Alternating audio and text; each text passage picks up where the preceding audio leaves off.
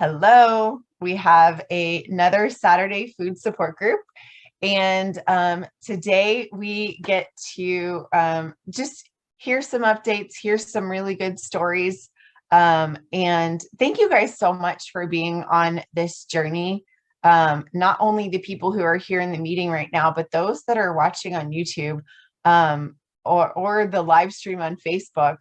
I am just getting so many really great responses from people who either personal message me or email me and say that it really means a lot to them to have these meetings. Even if they're not here live, they feel like they're a part of the group. And one of the things that we really have all felt like we're a part of is Tom's journey. So, Tom, I would really like for you to give us an update on where things are at for you and just a tiny brief overview. Well, for those who don't know, I had a quadruple bypass surgery it'll be 3 weeks this Monday. And so it was a major bummer that I had to go through this, but the alternative was not good. So I had no choice.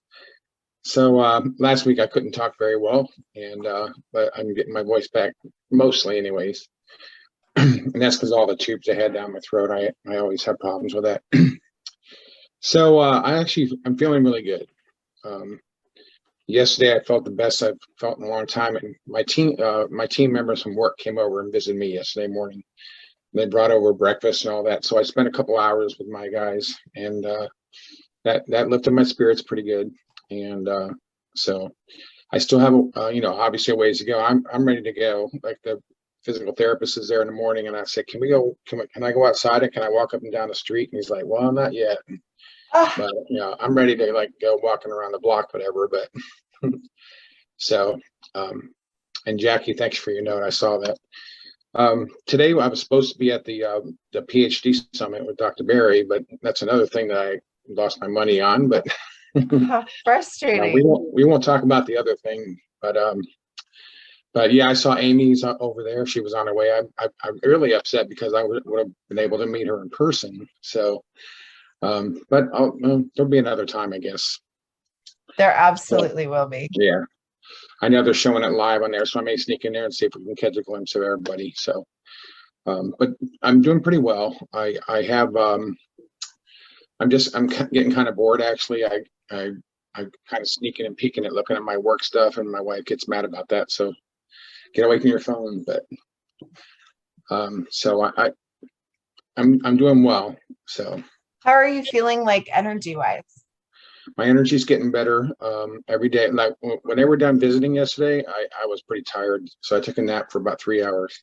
So I'll be like going, and all of a sudden I just hit a wall, and it's just like, okay, that's my limit for right now. So I can't do what I was doing before. I still have a dog walker walking my dogs, and my Bailey's not happy about it, right, Bailey? So, but they love the dog walker, so it's a good thing. So I'm just trying to follow my wife's direct orders, and the orders from the nurses come by once a week, physical therapy and all that. So I'm doing okay. Awesome. I am so glad to hear that. And you have so many people that are rooting for you.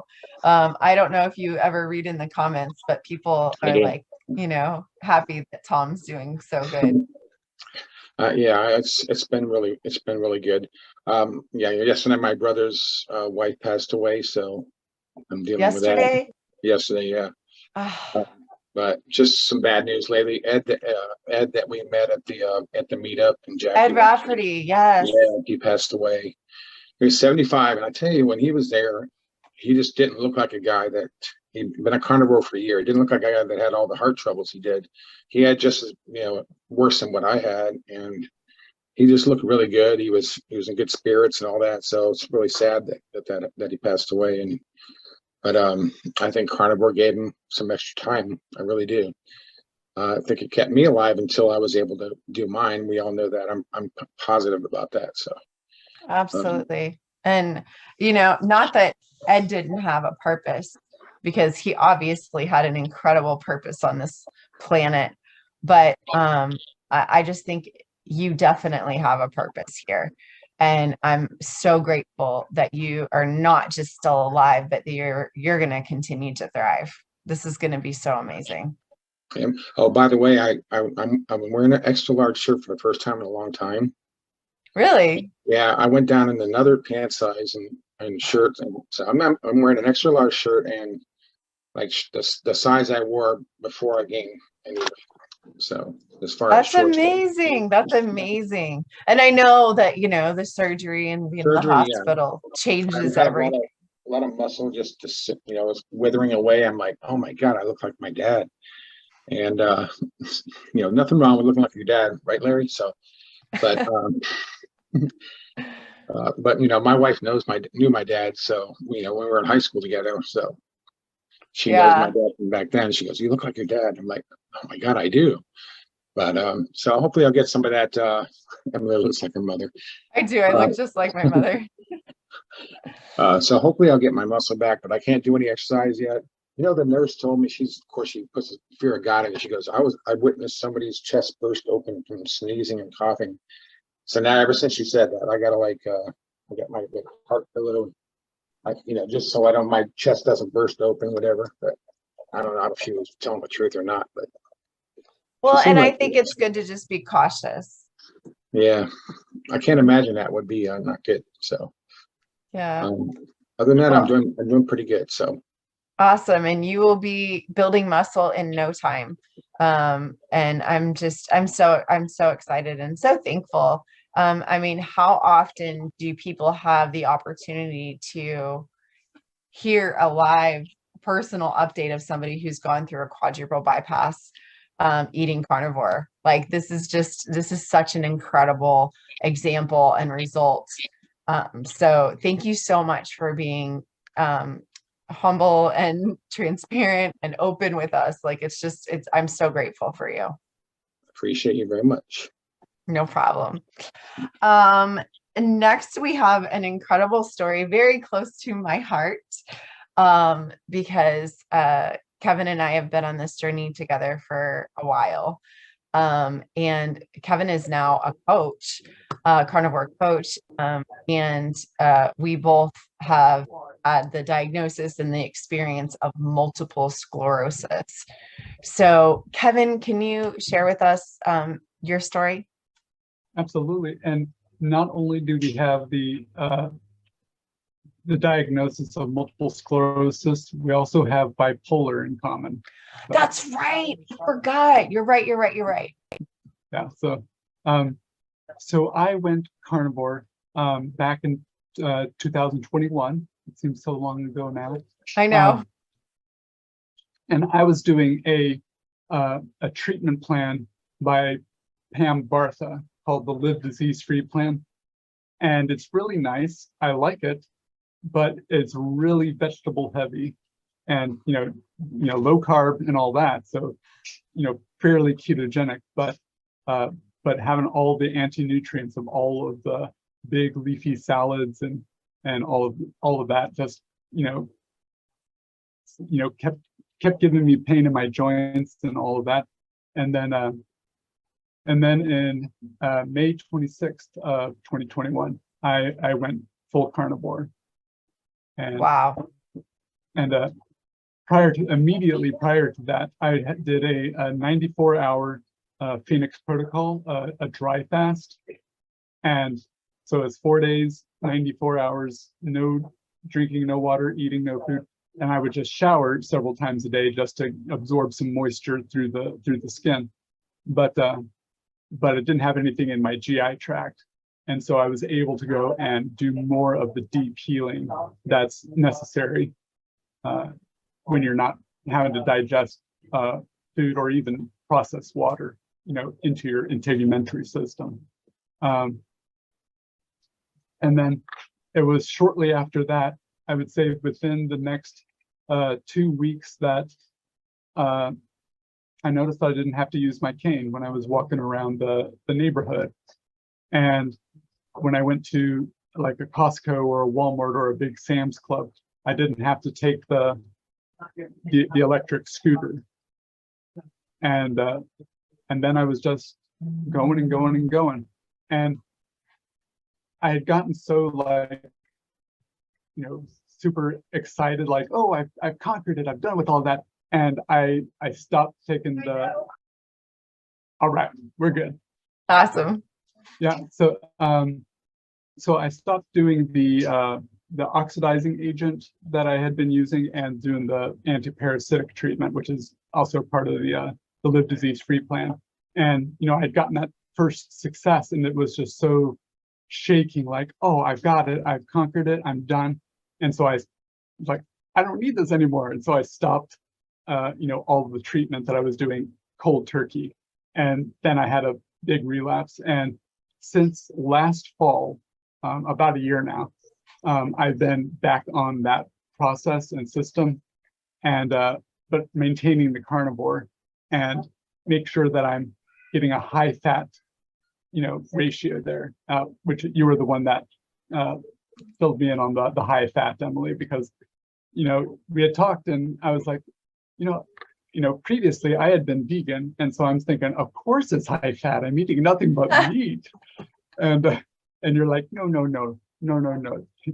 This is what you need to do, and got me back on the good path with the high fat. And I love that you listened to that, because I say that to every one of my MS clients that come to me, and very few of them do it. They think I'm crazy, but you were just crazy enough to listen to me and to experience those results. That makes me so happy. Go ahead. Right. And so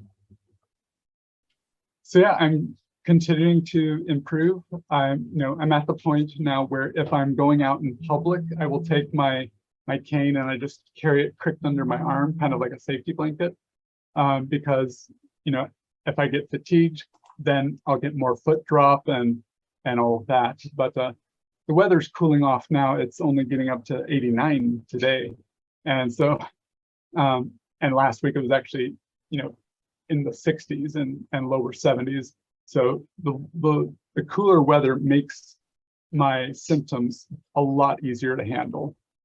And so it's like, combined with the high fat and staying strict carnivore for so long, and the treatment that I'm continuing to do, along with the cool weather, is really what's making the big change. That is so awesome. That just makes me so happy, because we're supposed to get worse on MS. Right. We're supposed to get worse, and you're getting better. It's like, this is America. I do what I want. And they say that I need to get worse. It's like, nope, that's not going to happen. Nope, not at all. Well, and then you're coaching. So are you coaching on, is it on Rivero Health? Yeah, it's Rivero Health. And, I came on with Rivero when it was still Meat RX. Yes. And that's the best branding that I feel that they've had. But then they changed to Rivero, and then they've actually changed the top level domain to carnivore.diet. And so it's just more words to say to people, and not as intuitive to say, oh, Meat RX. People can catch that. Yeah. But it's for their marketing and legal stuff. Yeah. And then can you talk a little bit about your bipolar disorder and what that experience has been like for you? Yeah. So because I was on a plant-based whole food, vegan diet for over 8 years, wow, for my health, right? And then, so then I would quantify I would classify myself as a carbivore, because of course I'm not eating high fat. I'm not eating a whole lot of protein. Carbohydrates is where we get energy, right? And we've got amylase secretion in the saliva, and that breaks down carbohydrates. So of course we're designed to eat carbohydrates, is how I justify it to myself. And the intense carbohydrate overload all the time, it would just jerk around with my blood sugar constantly. And so I would have the highs and I would have the lows, and then I would get because that was physiologically based of, having high sugar and crashing, high sugar, crashing, and just doing that. And then I feel that after a while, my body and mind had just gotten used to that as my normal. And so then even when I wasn't experiencing the high sugar, roller coaster, then I was already adapted into that. Similar to, fat adapting, where, you have to get fat adapted to be able to use fat. I had gotten bipolar adapted, essentially, just due to the it was your normal. Yeah. The sugar roller coaster. And that and a lot of stuff was what contributed to the dissolution of my marriage. So and that's finally getting finalized next Friday. So yeah, a divorce is not fun. I've been there multiple times. It is not fun. yeah. But and then we got to rebuild. Once we get to the place where we're stable, then we have to like rebuild our lives. And what's really cool is that once we have this stability, it's like we have the materials to rebuild. Yes. So that is so awesome. And so go ahead. I was just saying, so I'm currently in the final semester at Angelina College here in East Texas. And I'm graduating with my certified medical assistant. And I've already got a job, a couple of places where I would be able to just go straight into the workforce there, because I've been on disability for so long from that big, massive relapse last year. And so I'm just building up. It's like climbing Mount Everest with your teeth, but yeah, but that restoration feels so good. Yes, it does. I'll never forget when I went back to work full time. I was just like, oh my gosh, like, I can't believe that this is my life. I can't believe that I am doing this, that I am walking, that I am thinking, that my brain is processing, because I just assumed I was going to be in the nursing home or the psych ward, and I just couldn't believe that I was actually getting a second, like, chance, or third or fourth or fifth chance on life. Yeah. And I don't have, I'm not on any bipolar medication, and I'm not having the emotional swings like I experience, the vicissitudes of fortune, right? Where it's like, sometimes it's good, sometimes it's not as good, and going back and forth. But I'm not going and catastrophizing when something doesn't go perfect, because I've had that tendency of, like, if it's going well, like, it's going so amazingly well, like you could not even believe. And then I'm just doing like all the crazy manic stuff. And then if it's something doesn't go what I would prefer, then I get into that catastrophism state of like, it's all over. I need to just throw in the towel now because it's only going to get worse. And if it seems like it's going to get better, then it's just a joke until the hammer drops, right?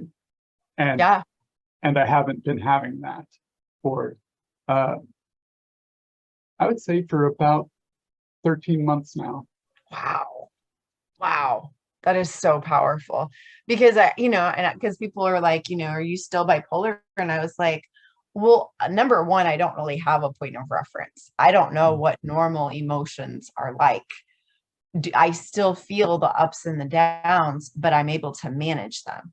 I still have a bad day, but it doesn't level me and keep me in bed for 3 days, and doesn't make me catastrophize everything. Like, oh my gosh, the sky is falling and everyone hates me. I need to go eat some worms, well, not worms, but potato chips and pizza and, ramen noodles. And so just having that control to manage your life is so empowering. So empowering. And then now you're able to coach people. Like, that's got to be a really good feeling as well. Yes, indeed. That is it's very fulfilling. Yeah. you know, you have been a support to me. You know, we've been personal messaging back and forth, and have you tried this? And have you tried that? And it's been really fun being friends with you. So thank you so much for sharing. Is there anything else that you wanted to share? Not that I can think of at this time. I'm sure I'll think of it once the meeting's done, but you know, there's always next week. Yes.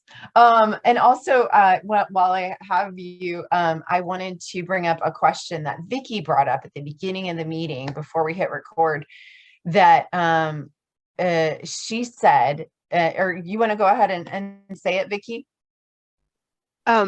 Well, while I was at ladies' retreats, I took my own food. So because I knew there would be a lot of stuff that was, you know, not carnivore, and, you know, with my autoimmune, I can't eat just anything.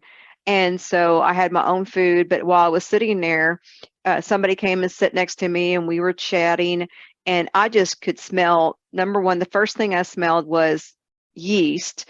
And then I just smelled like chemicals. And she had these pre-made muffins, store-bought muffins. And I mean, it was intense, the smell. And I had to just try to, you know, just act like it didn't bother me, because it was just making me sick to my stomach. And it was just such a powerful smell. And I just wondered if anybody else, I mean, today is day 242 of carnivore. And I just wonder if anyone else has ever came across that. I heard somebody else say that they had, but, you know, to where the smells around you are intensified. I've noticed it in the grocery store. If I go past or have to walk through the aisle of the bread, which I usually don't anymore, I just go straight to the butcher shop. Shopping for carnivore is so easy. So I just wonder if anyone else has had that, and, you know, if it's just our sense of smell intensifies. I don't know. And Kevin said that he had that experience. I can answer too, Emily. Emily. Go ahead, Mari. Go ahead, Mari. So when I'm diagnosed with MS, well, I'm kind of diagnosed. I have lesions on my cervical spine, Lyme, all kinds of, but before I got diagnosed, I noticed that everything, all the smells were so much greater. And no one told me that. I thought maybe, okay, well, I have a sixth sense, but reality was, as my body was getting more and more, you know, imbalance with autoimmune, that becomes a thing. And it's gotten so bad for me now, I can't even go into other people's homes. Like my cousin has a lot of scented candles and those scent things in the thing, and it burns my eyes and stuff. And then I definitely smell, if somebody walks in the door with anything on, chemicals, I can smell their hair, you know, products, even if they don't have cologne on. So it's definitely a thing for me, but I think it was really cool that you can smell the yeast. Like I haven't gotten close enough to people lately because I'm like totally just still in my COVID bubble, but it'd be interesting to see if I ever come out of that and I can actually, I definitely notice foods. And when I'm carnivore and completely stable in my carnivore, I can smell foods that are otherwise would have triggered me to want to eat junk food. And I can smell them as if, okay, it's a scent that I used to like, but it's totally removed. So I think this high fat carnivore keeping me from being that need for those just crazy. And Emily and I were talking when I first came back around, and she said, Mari, you can't eat Lucky Charms. Like it's like you could get into what Kevin just described, like one of those, you know, decompensation things that take 6 months to get yourself out of. I love what Kevin said about the teeth and whatever. And the last thing I'll say, I see Kevin's back, like climbing Mount Everest with his teeth. Yeah. To get back out. And Emily, you said something good about this whole thing. I suffer from anxiety and PTSD real bad, but when I'm on carnivore high fat, you said something last week and I tried to replicate it to somebody, but I couldn't remember. It's something like where when you're in the boat and you're dealing with it, but when you're supported by the high fat carnivore, it doesn't quite rock you. Do you remember your analogy on the boat thing? Yeah, I actually use that a lot. So whenever you are navigating things with anxiety and depression, and mostly I use this whenever people are like titrating off of their meds, or recognizing that they need to not titrate off of their meds. is it's one thing to have your boat rocked by daily things like, oh, a coworker said something really obnoxious, or a family member was hurtful, or you have a bill coming up that you have no idea how you're going to pay for. Like, that's the normal rocks of the waves.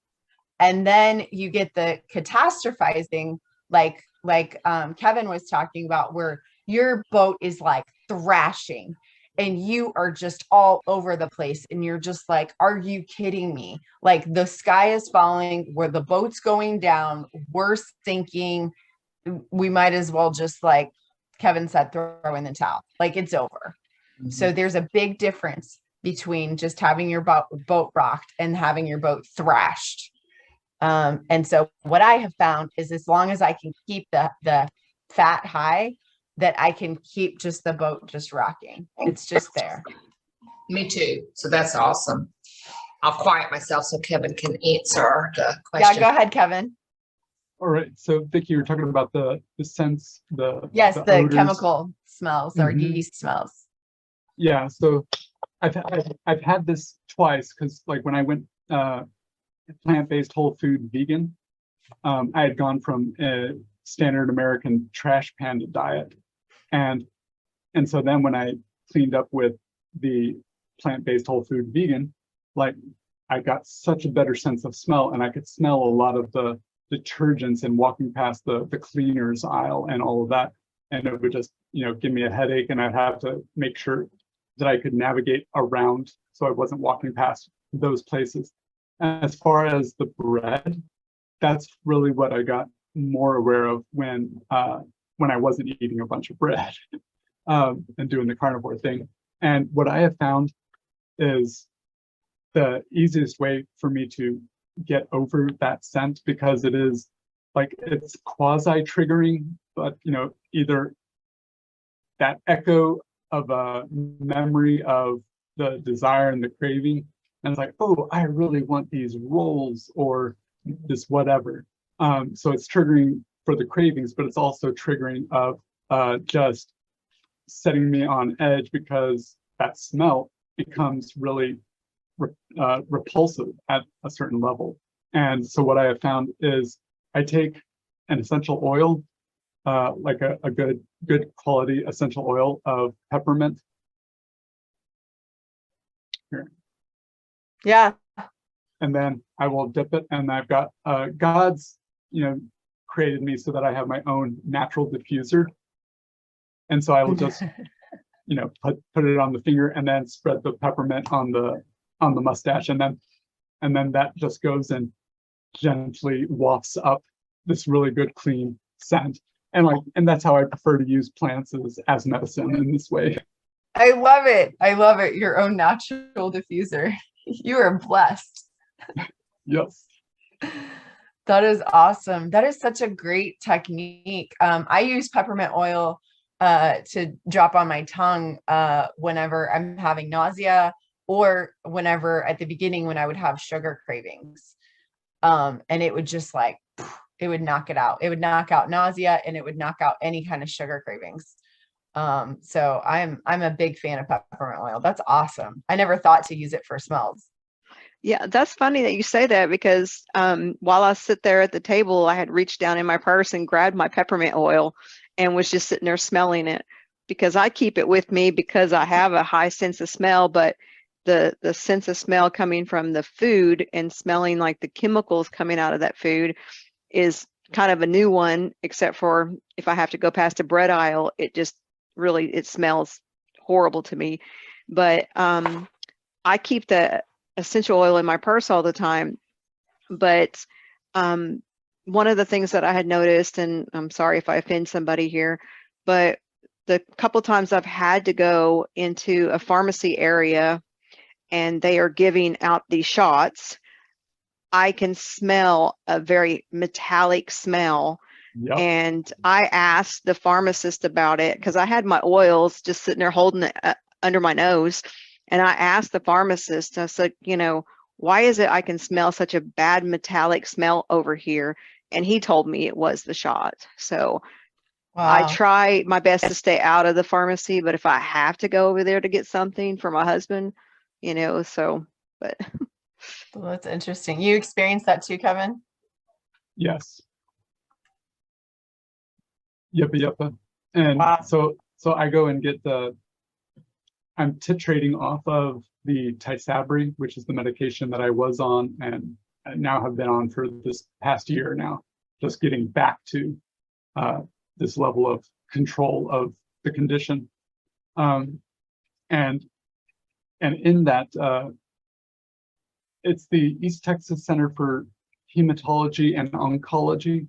So it's whenever I go there, there's occasionally another person getting the Tysabri, but then there's usually 8 to 10 to 12 other people that are getting their chemotherapy. And that scent just is overwhelming with just being in that building there. And I just have to peppermint, and then I'm good.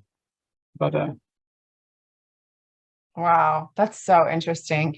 And and part of me, I remember at the beginning somebody being like, "Oh, well, I don't want to be this sensitive." And I was just like, "I do. I want to know where the bad stuff is.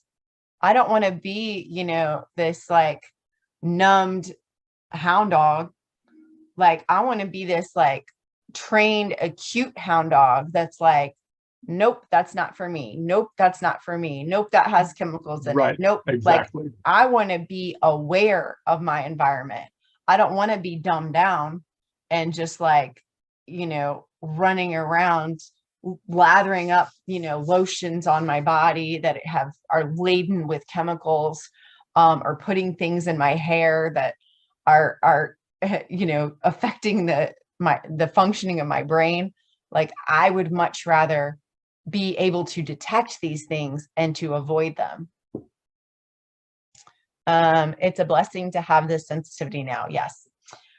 Thank you guys so much. So, Andeea, you had something that you wanted to add, my dear. Yeah, and I just want to say something about the sensitivity. So I'm in the process of detoxifying our home. So everything is like all natural now and like no chemicals. And I have a coach for that who I've known for years and help her with her business now even. It's called Toxi Free. So ever since that, like learning about obesogens, endocrine disruptors, which really what are chemicals, just yesterday, me and my husband went to run the stairs. So at Mount Tabor, they have stairs and he's training. So he needs the stairs. So we're running the stairs and 3 women were running the stairs, not together, separately. And every time I'd pass them, I could smell like their perfume and their fabric softener and everything that was like, and it was this big whiff that would go by and it would like stay almost like it was just weird. I could like physically feel it, not just smell it. Like it was like, I mean, it was motivating me to like go faster up the steps to get away from it. But definitely, Yeah.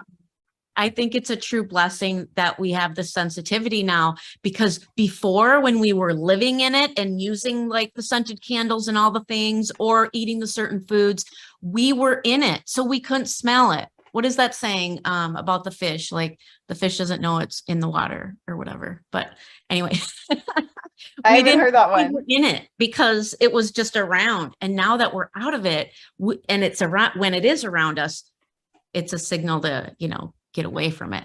But yeah, I love that this topic got brought up. I don't think it's ever been brought up. So thank you. I don't think it has been either. It's a good one.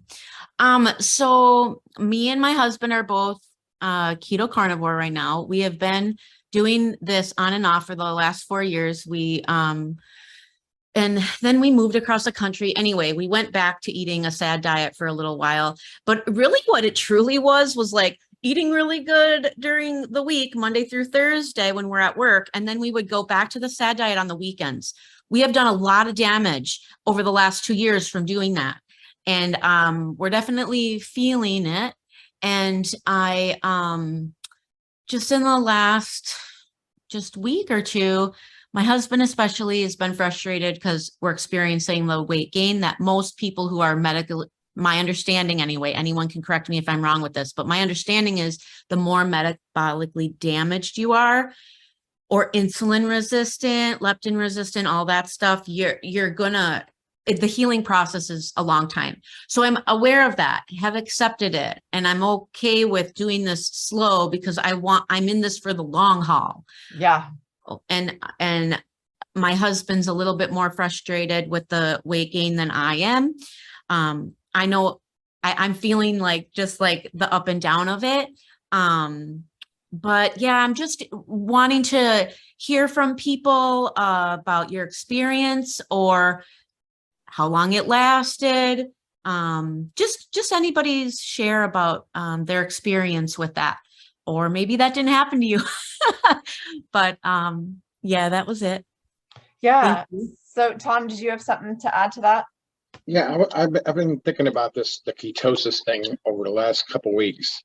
And you know, when you look at Kelly Hogan's Instagram and you look at the ketones that she posts in there, and I'm like, what the heck? Her blood sugar is like 76, and her ketones are like 3.4, 2.7. And I'm like, I can never get my ketones above 0.4. So I have a theory about that. I think it's that my liver was so badly damaged. I have fatty liver that I'm trying to clean out. That hopefully once my liver gets cleaned out and it gets back to normal, I actually think that my ketones are going to go up. That's my theory. I'm sticking to it. I'll let you know about it 6 or 7 months from now when I get my liver clear, but just my theory. Yeah, that's what I've experienced a lot with clients that I've worked with, is that once they got their liver cleared out, of those, Dr. Boz calls them the glycogen bubbles pop. And for me, it was this weird phenomenon. But then I noticed that as they just stayed the course, they just gradually went up, and it takes a while for some of us to process. It's not an overnight kind of a thing. So who knows the damage that your husband has done already to his body for years, especially with the yo-yo dieting. And that it's possible that it is, just cleaning all of that out. And now it's just going to continue to get better. So, Andeea, is that any, have you talked to anybody or heard anything about the liver being part of it? Yeah. So I listened to the Dr. Boz book, and I was, familiar with the glycogen bubbles. She talks about those in there.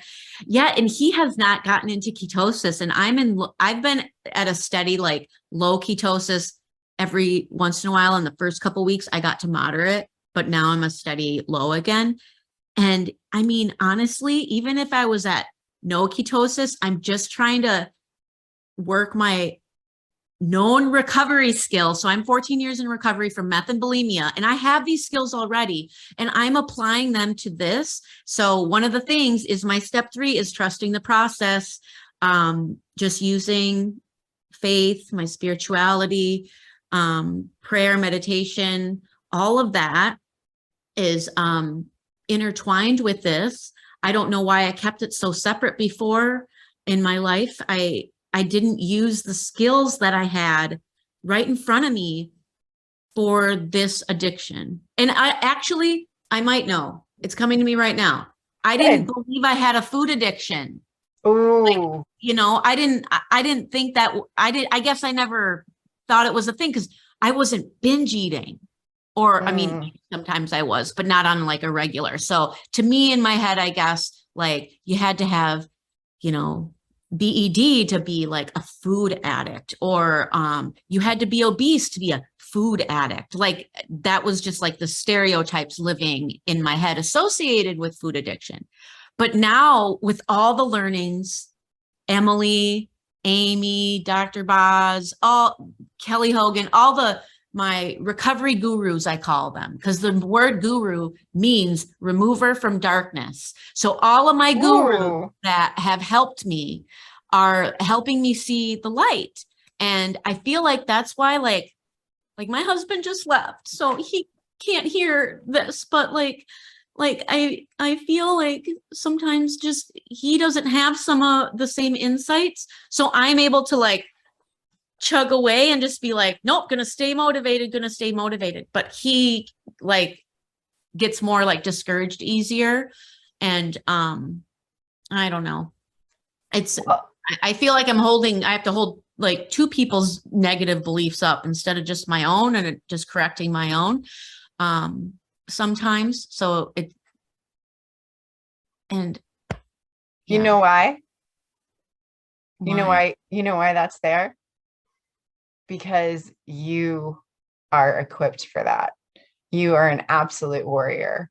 You've been a guru, a remover of the dark. What did you say? Remover of darkness. Remover of darkness for years. You wouldn't have gone into the job that you went into to be a drug and alcohol counselor if you were not your own guru. And so you have this job because you're equipped for it. And you're absolutely going to be able to handle this. And it's going to make you stronger. Then your cravings or your darkness is going to be laughable because you've helped mastered your husband's. You've helped him. So, and you don't get a day off. Like, you're going to continue to operate in this strength to be able to hold this space for him. And it's just going to be a flowing state of, this is my life, this is what I do. And it's going to be just like breathing, and it's not going to be work. It's going to be easy. Yeah. And I'm lucky too, because he's a drug and alcohol counselor as well, and also in recovery. So he knows the things. So it's like it's not an easy job. I don't want to use the word easy, but I do like, we are very healthy. We're able to bounce things off each other, like, especially like if we're triggering each other's PTSD, like we blatantly talk about it and say, okay, this is the time right now. Like I'm being triggered.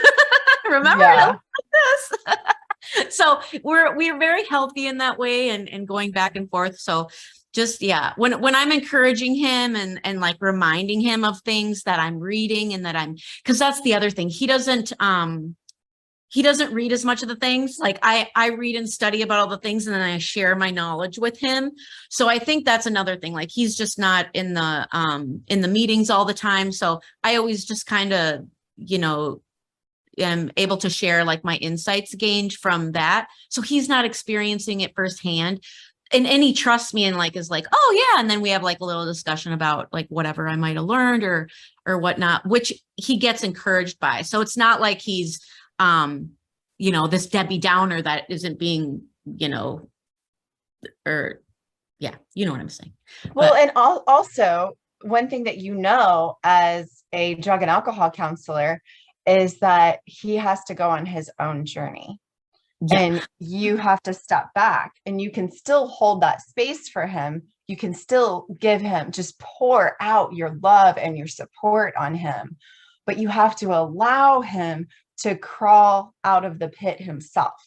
Yeah. You have to allow him to go on his own journey so that it's his victory. Especially as a man, he needs to know that he owned this victory and that he did this himself.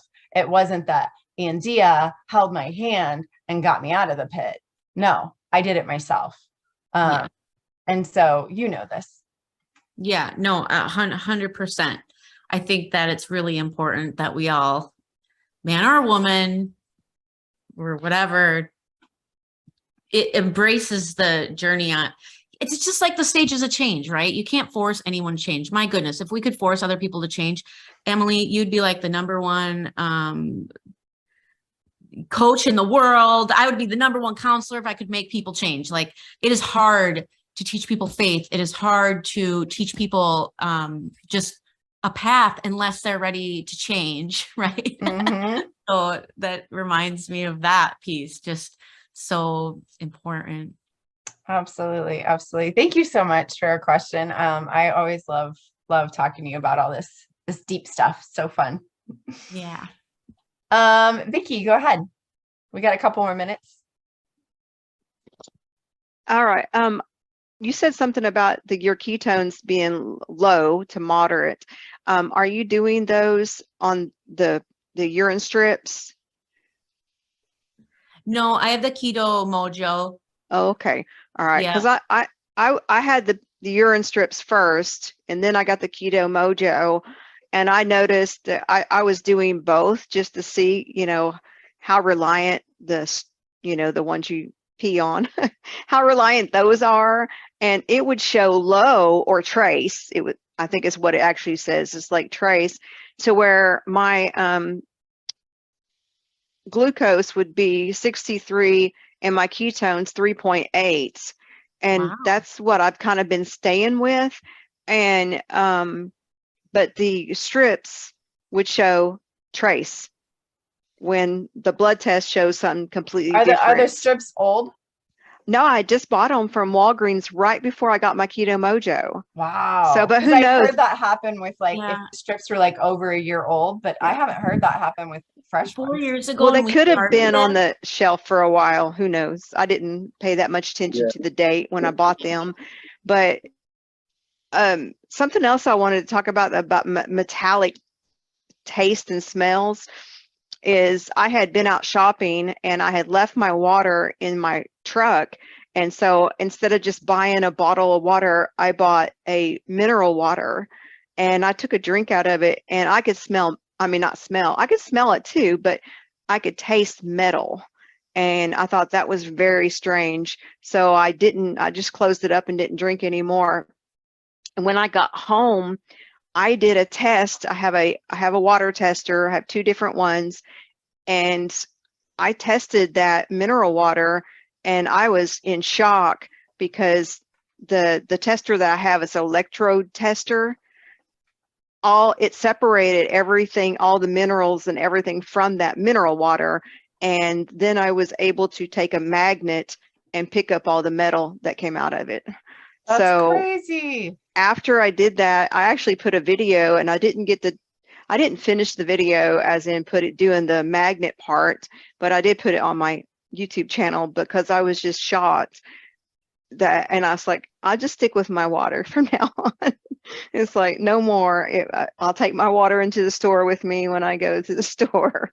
It's like, no more leaving it in the vehicle. Like, Yeah, I find that even whenever I go like out to places or whatever, I'll just bring my own water because Yeah. I don't know if it's tap water. I don't know. Yeah. I'm real picky because I have well water, so I don't drink city water. I'm a water snob. All right. Kevin, you said that you have more info on the ketone strips. Yes. So as I have been told when I was learning the whole ketosis, that when you first start producing ketones, you're not yet keto adapted. So your body is not able to utilize the ketones so efficiently. And therefore, the excess ketones will get flushed out in your urine because it's like, what else am I going to do with it, right? And then after you get keto adapted, your body is utilizing the ketones more and flushing them less. And that's why you can, score really high on a finger stick, because those ketones are circulating in your blood as you are continuing to use them, but you don't have an excess of non-used ketones, and so you're not peeing it out. And so like it could be the old pee strips, or it could be that your body's just more effective at utilizing the ketones that you are producing in the liver there. So that's just what I wanted to. Thank you for saying that, Kevin, because I think that's what most people don't know. And that's why I don't like the peach. That's exactly when I learned that is exactly why I was like, what am I doing these peach strips? I actually want trace or zero because I might want my body to use the ketones. Right. So that's why from then on, me and my husband got Keto Mojos because I used the peach strips like way long time ago when we first started. because that was like, it was like, I feel like it was when keto started getting like really trendy, because that's why I knew about it, which was a good thing. But I did those and I just did not find them accurate. I know that's still where some people have to start though, because of money or whatnot. But if they have that knowledge, what you just said, then they can actually read the ketone strips appropriately, because you're going to have higher ketones at the beginning, just like what you said. So I hope that helps somebody watching this. And if you read Dr. Boz's book on what Any Way You Can, I think is the name of her book. She mentions this of like, you know, first you're going to say, oh, hey, yeah, I'm getting purple on the P strips. And then eventually you're getting less and less. So, but that first seeing it on the P strip is really the motivation that a lot of people need to know that what they are doing is producing an effect. They can see it on a P strip. And then once they do that for a while, then they start to feel the internal positive effects of being in ketosis. And then it's not as necessary to have a urine strip to say, oh yeah, I'm in ketosis. But yeah. That's awesome. Thank you guys so much. So we just have a couple more minutes. Is there anybody that has a question or an update, or they want to share, you know, anything? Nope. All right. Well, I hope you guys have an incredible rest of your Saturday, and I will see you again next Saturday. Thank you so much for doing this with me and being on this journey with me. It's such a pleasure. I'll talk to you later. Bye. Thank you all. Hey, I hope you enjoyed the group. There is always so much beauty in being transparent and in really recognizing that we're all not alone on this journey. And so if you want to, feel free to join the Saturday support groups. They're every Saturday at 11 a.m. Central Standard Time. And if you need more individualized care, then reach out to me and email me at innerclaritysystem@gmail.com. And I would love to walk through and show you what it looks like to work with me one-on-one. All right. Thanks.